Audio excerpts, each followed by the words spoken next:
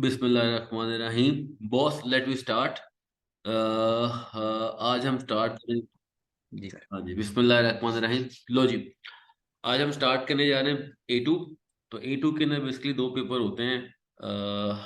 Business paper 3, business decision making, and paper 4, yes business strategy. Sir. अब basically यहाँ पर सबसे चीज़ें इंपॉर्टेंट ये है कि इन तीनों पेपर्स के लिए जो सिलेबस कवरेज के हवाले से है, नॉर्मली अगर हम P2 को P4 को पहले सॉल्व करना स्टार्ट करें तो कंपैरेटिवली वो इजी होता है। ठीक है, क्योंकि इसमें आपके जी पास सर। दो क्वेश्चन होते हैं बस, 20-20 मार्क्स के। और जबकि P3 के अंदर we have almost around 5 question. Five hmm, question होते हैं नॉर्मली इसके अंदर। As per the specific paper we have 5 question. जी सर। 5 क्वेश्चन के अंदर 12 मार्क्स वाले क्वेश्चन आपके तीन होते हैं।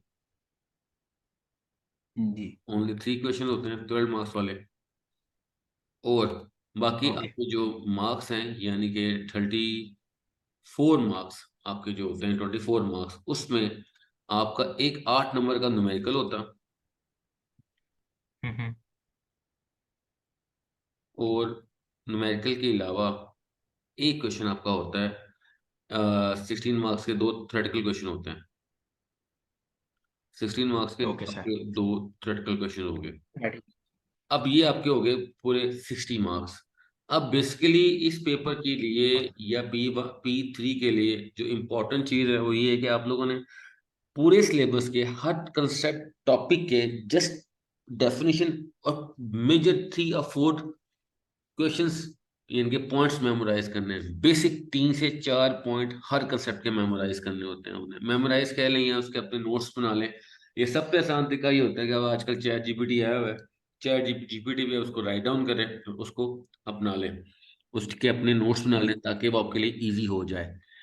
पेपर हो गए दो, P3 एंड P4। पहला पेपर का नाम है बिजनेस डिसीजन मेकिंग। अब यहाँ पर एक चीज बड़ी इंपॉर्टेंट है कि बिजनेस डिसीजन मेकिंग क्या होता है। जी, जी। बात करते हैं हमने।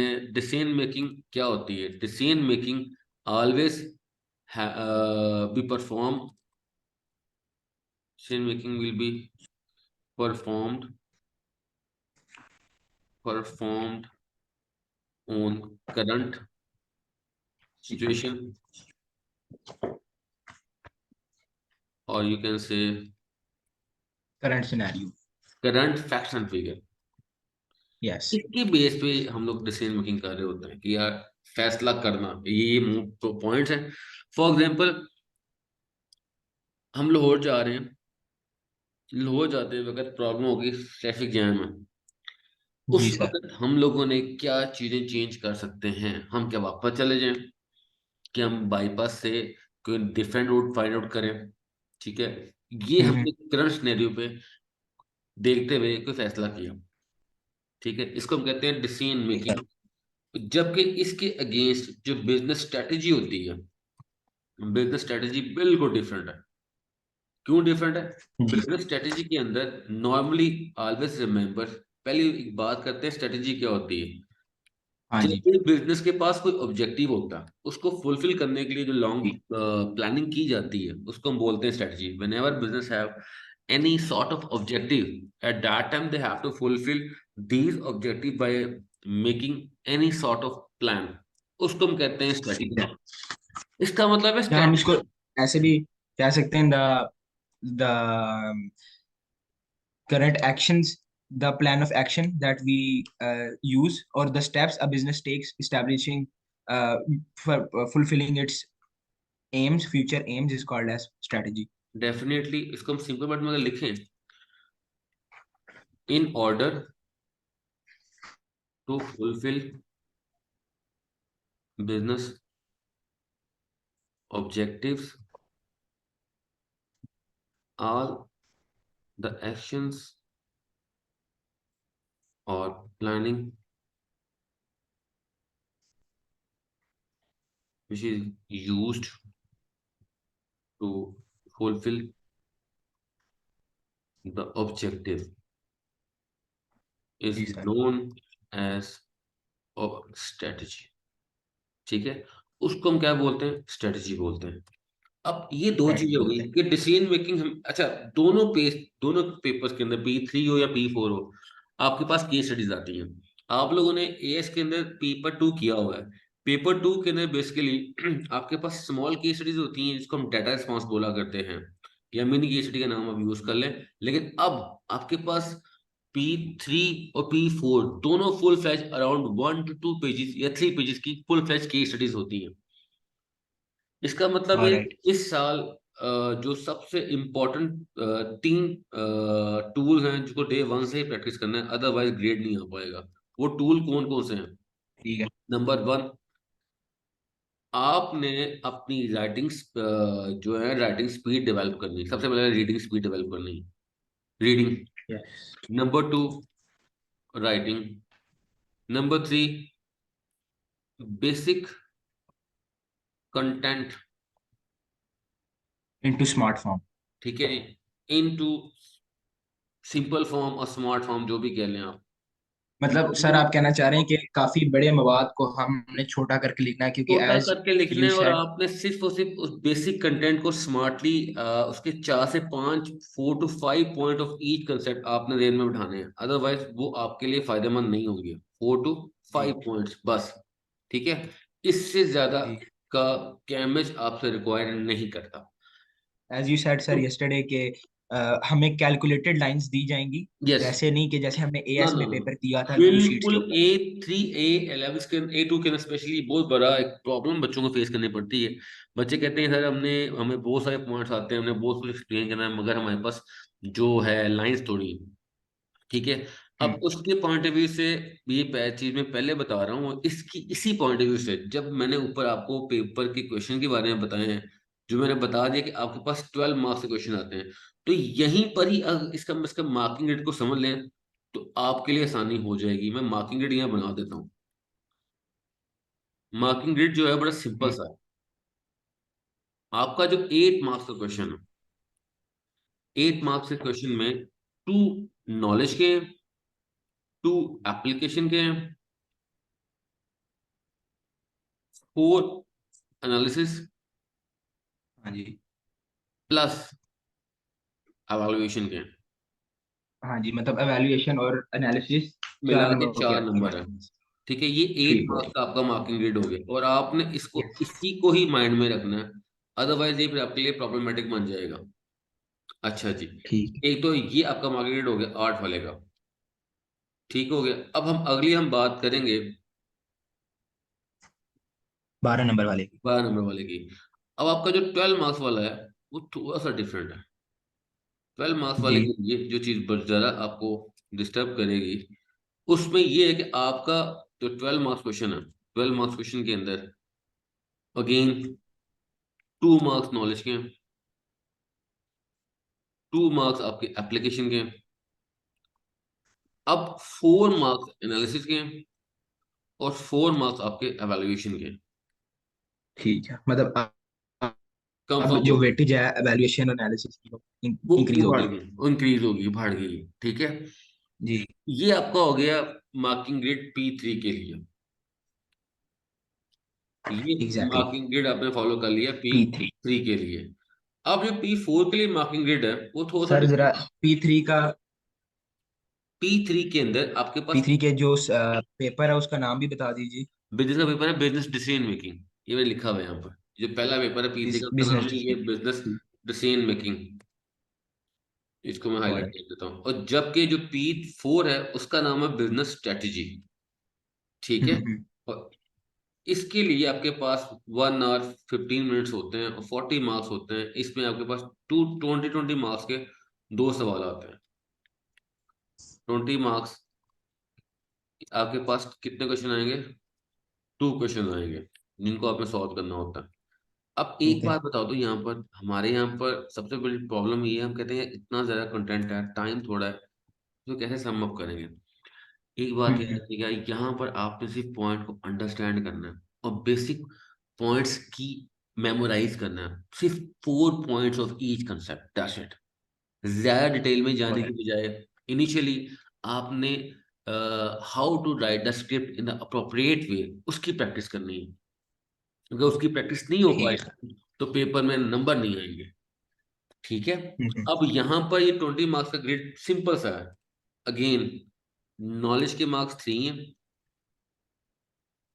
नॉलेज, 2 मार्क्स एप्लीकेशन के, 8 मार्क्स हम्म। एनालिसिस के, एंड 7 मार्क्स जी। एवेल्युएशन के।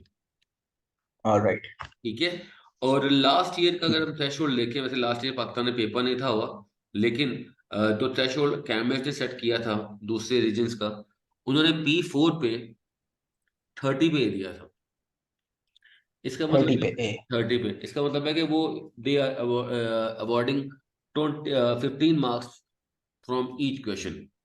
ठीक है। ठीक। तो ये था मार्किंग ग्रिड बेसिक। ये अप्लाई कैसे होगा इसकी हम बात आगे करेंगे। ओके जी, अब आगे हम तो इसी बात करते जाते हैं। मैंने ये बता दिया कि इस बार टूल के रीडिंग मस्ट है। वो तमाम स्टूडेंट जो रीडिंग नहीं करेंगे उनको फेंटी पड़ेगी, क्योंकि रीडिंग मतलब करने, ऐसे। हाँ, रीडिंग करने के लिए आपने रीडिंग करते वक्त जो रीडिंग कर रहे हैं चाहे बुक से पढ़ें। अब कैमिज की 3 बुक्स हैं जो इंडोर्स्ड हैं। एक कैमिज की है, हम्म। दूसरी हुडर वालों की है, तीसरी ऑक्सफोर्ड वालों की है। इसके अलावा पाकिस्तान के अंदर बहुत सारे टीचर्स के नोट हैं। नो, जैसे शमीर खालिद साहब के हैं, काशिफ साहब के हैं, अबू बकर साहब के हैं, अशर साहब के हैं, अब्दुल कादिर सलाह साहब के हैं। इसके अलावा बहुत सारी टीचर्स ने अपनी कैटेगरी में नोट्स दिए हुए हैं। लेकिन जो पब्लिकली इनकी बुक्स अवेलेबल हैं, इनके मैं नाम आपको बता दिए हैं। और सबसे आसान जी। तरीका ये है, नाउ डेज चैट जीपीटी। आपको जो चीज एग्जैक्टली। मुश्किल लगती है उसको वहां पुट अप करें, उसको कहें मेक द बुलेट पॉइंट्स, वो आपको बेसिक 4 बुलेट पॉइंट्स बना देगा। ठीक है। नहीं तो जो भी एंडोर्स बुक जो स्कूल वाले लगवाते हैं या जो आप खुद पढ़ना चाहते हैं, वो बुक बेस्ट है सबसे ज्यादा। उसी को, उसी से ही आप फायदा लें। हाँ, उससे कोई चीज समझ नहीं आती तो उसको आप चैट जीपीटी से लिख के फायदा उठा सकते हैं। बाहर रीडिंग करनी है, राइटिंग करनी है, और बेसिक कंटेंट इनटू स्मार्ट आपने कन्वर्ट करना है। 4 to 5 पॉइंट्स या फीचर्स कह लें, पॉइंट्स कह लें, हर कंसेप्ट के अपने माइंड में बैठाने हैं। ये तो मस्ट टूल है, अदरवाइज ग्रेड नहीं आ पाएगा। एग्जैक्टली। अब हम बात करते हैं आपके आगे। आज की हमने सिर्फ एक छोटा सा टॉपिक डिस्कस करना है, उसके बारे में हम बात करते हैं। पहले हम कैम्ब्रिज की वेबसाइट को देख लें, पेपर को देख लें कि वो पेपर क्या कैम्ब्रिज वाला कह रहा है। तो जी ये सर। आपके पास कैम्ब्रिज की, मैंने यहाँ पर आउटलाइन डाउनलोड की थी, वो मैं घूम गया हूँ, रख के भूल गया हूँ कहाँ मैं रखी है। इसका मतलब मैं काफ़ी बुढ़ा हो चुका हूँ। I want to become young person, but unfortunately भाई नीचे चला जा, नीचे चला जा, जूम भाई ऊपर नीचे चले जाओ। तुम मान नहीं रहे मेरी बात को, नीचे चले जाओ। बहुत ढीठा और है। आप बादाम उठाया करें। हमको तो पता नहीं, पता ये गुम गया है यहाँ से। चल पड़ भाई, मेरे भाई चल पड़। लो जी, ये कहता है मैंने नहीं चलना। पहली वीडियो बन रही। कोई बात नहीं, बनने दो वीडियो। हम एक दूसरे से इतनी मोहब्बत करते हैं कि हम दुनिया को कह सकते हैं, जय तुझे माफ किए दिल को तोड़ने वाले। Finally, thank you. शुक्र है। सिलेबस शुक्र। सिलेबस ओपन हो गया। मैं खुद रख के भूल गया था सिलेबस मैंने कहाँ रखा है, लेकिन वो सिलेबस मिल इज्जत गया। रख सर आप। यस, इसने, लैपटॉप ने मेरी इज्जत रख ली। मेरे करण अर्जुन वापस आ गए। माशा। करण करण अर्जुन आ चुके हैं। चलें जी। आज का जो वेरी फर्स्ट टॉपिक है उसकी हम बात करते हैं। जो आपका A2 का फर्स्ट सेक्शन है, उसका ताल्लुक है business and its external environment. Now, alright. What is environment? Yes, what is environment? Yup. Sir जी, इन्वायरमेंट के अंदर बहुत सारी चीजें आ सकती हैं। सिंपल कर, इन्वायरमेंट सिंपल करके बताते हाँ हैं। सिंपल करके। सिंपल करके आएंगे कि हमारी surrounding of the business, business के competitors. Surrounding of business. Surrounding of a business, surrounding बिल्कुल of surrounding. A business, basically जी। that is known as environment. What are the things environment. which are come under the heading of environment? There are a lot of things: yes. competition, laws, regulation, change in government आ technology, जाती है, change आपके in stake environment. Holders आ। There are a lot of things. ठीक है। तो basically In this topic, there are a lot of subtopics. Basically, in order to analyze the business environment, especially business external environment, Yes, sir. External environment को जानने के लिए business के पास एक tool है, और ये जी। आपका, इसको हम बिजनेस स्ट्रेटजी का टूल भी बोलते हैं। एक्सटर्नल एनवायरनमेंट को एनालाइज करने के लिए हमारे पास जो टूल है, एक्सटर्नल एनवायरनमेंट एनालाइज टूल है हमारे पास एक, जिसका नाम है PESTLE. P Excel. Yes. E E S S T T L and L. PESTLE. P for Political. Political, okay, and E for economical, S for social, Social. T for Technological. technological, हाँ जी। L for law, Law and legal.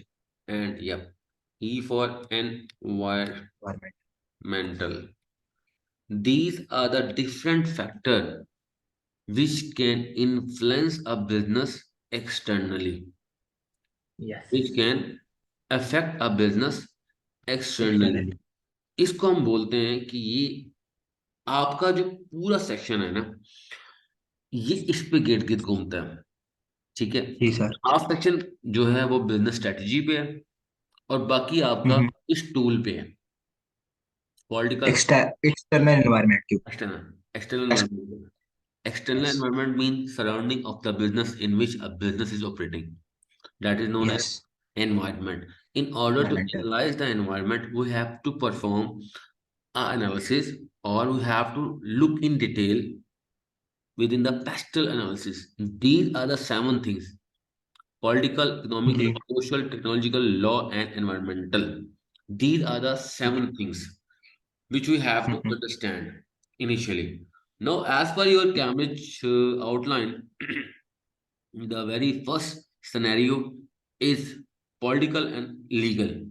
For that purpose, we have only covered today these topic. That is, ठीक है sir. first of all, this one. Political advantage and disadvantage of privatization in a given situation. Number 2, advantages and disadvantages of nationalization.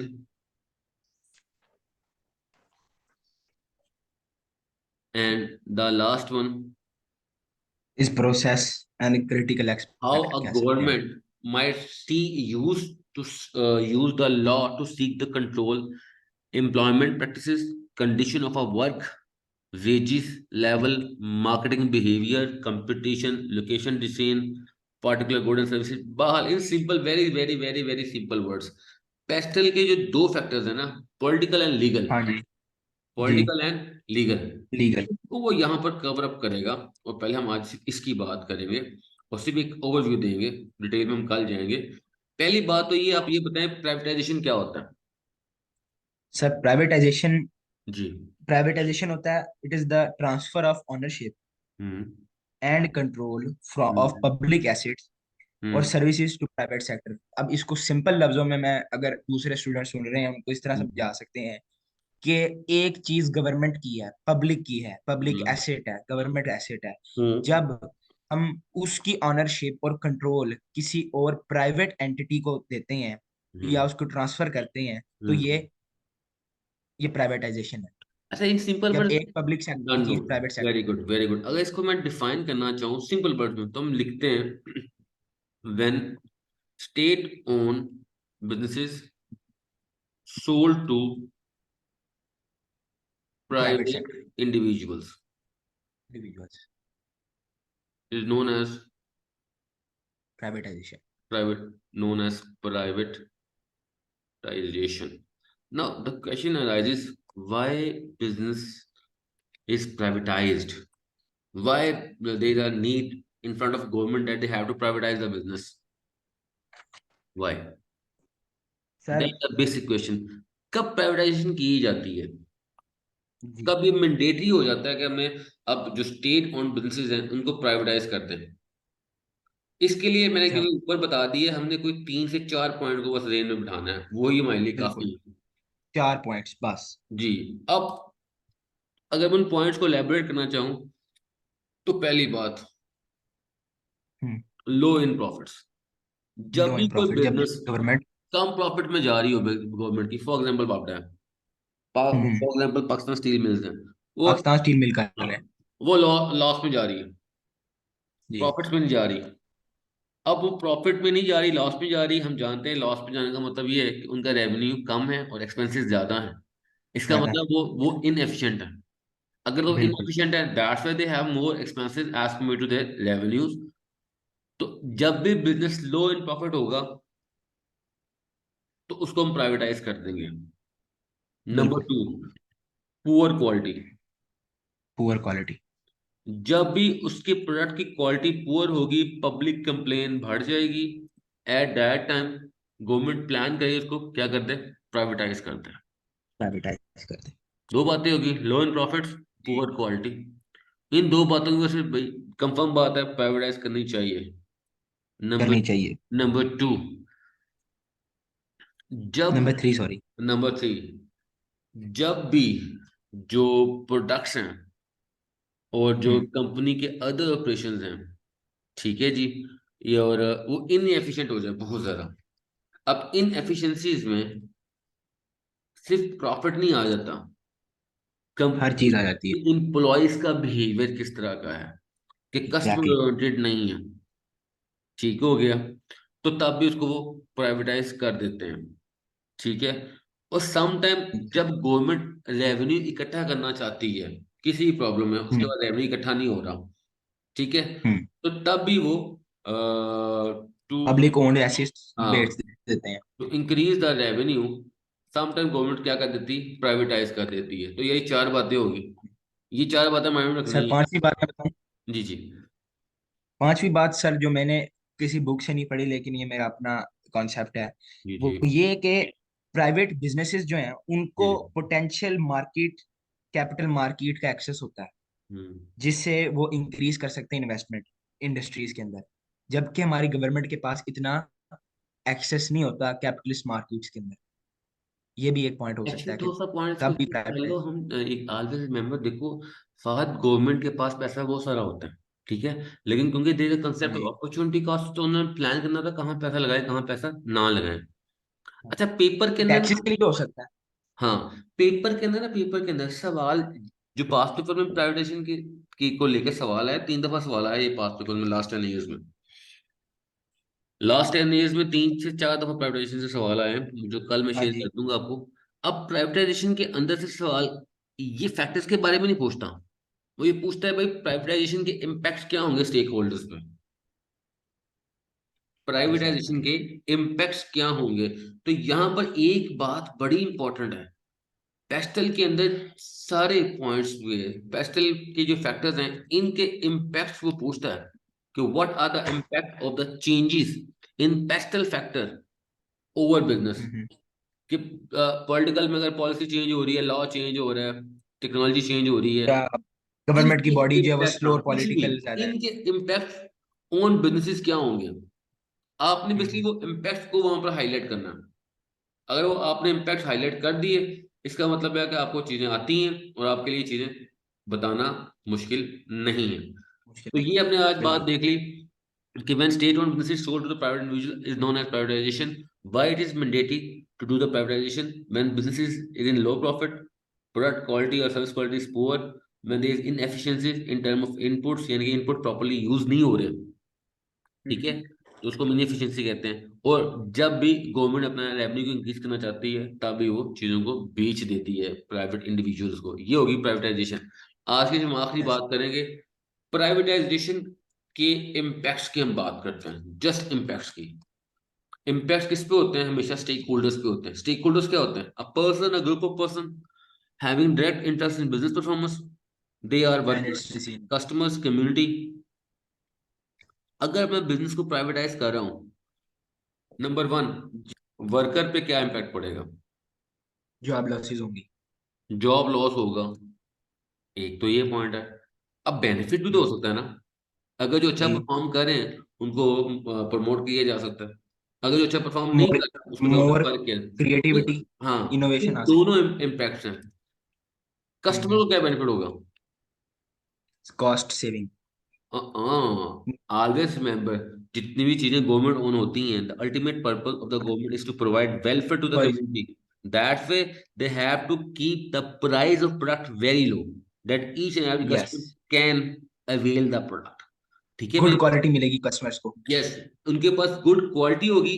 Drawback क्या होगा? High price, क्योंकि the ultimate purpose of private sector high is price. Earn money. ठीक है, the ultimate purpose of private profits. Sector is to earn money. यहां तक बात clear है? Exactly, clear okay है सर। जनाब। अब हम उसके बाद आपकी जो गवर्नमेंट की बात करेंगे। गवर्नमेंट इम्पैक्ट क्या होगा?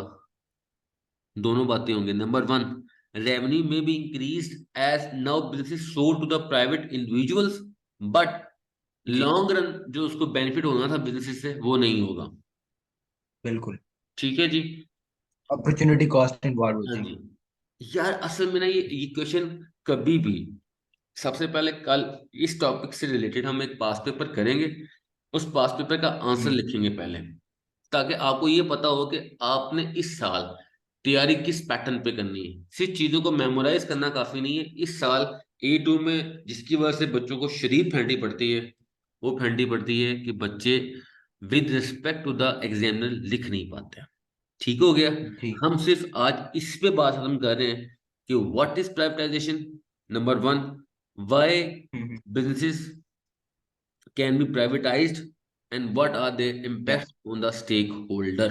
इसके बारे में सर एक सवाल इस तरह भी आ सकता है कि जी, analyse the potential consequences of privatization on various stakeholders and the importance of maintaining accountability and accessibility। तो पास पेपर का क्वेश्चन पढ़ रहे हो?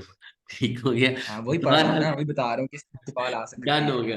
कल इंशाल्लाह ताला उसके पहले पास पेपर्स करेंगे, और बाकी गुफ्तगू हम कल करेंगे। ठीक है मेरे बच्चे, अपना ख्याल रखिएगा। अल्लाह हाफिज। Okay sir. ओके जी, अल्लाह डू हाफिज। सब्सक्राइब। अल्लाह सब्सक्राइब है, ठीक है जनाब। ओके, अल्लाह हाफिज़। ओके, अल्लाह हाफिज।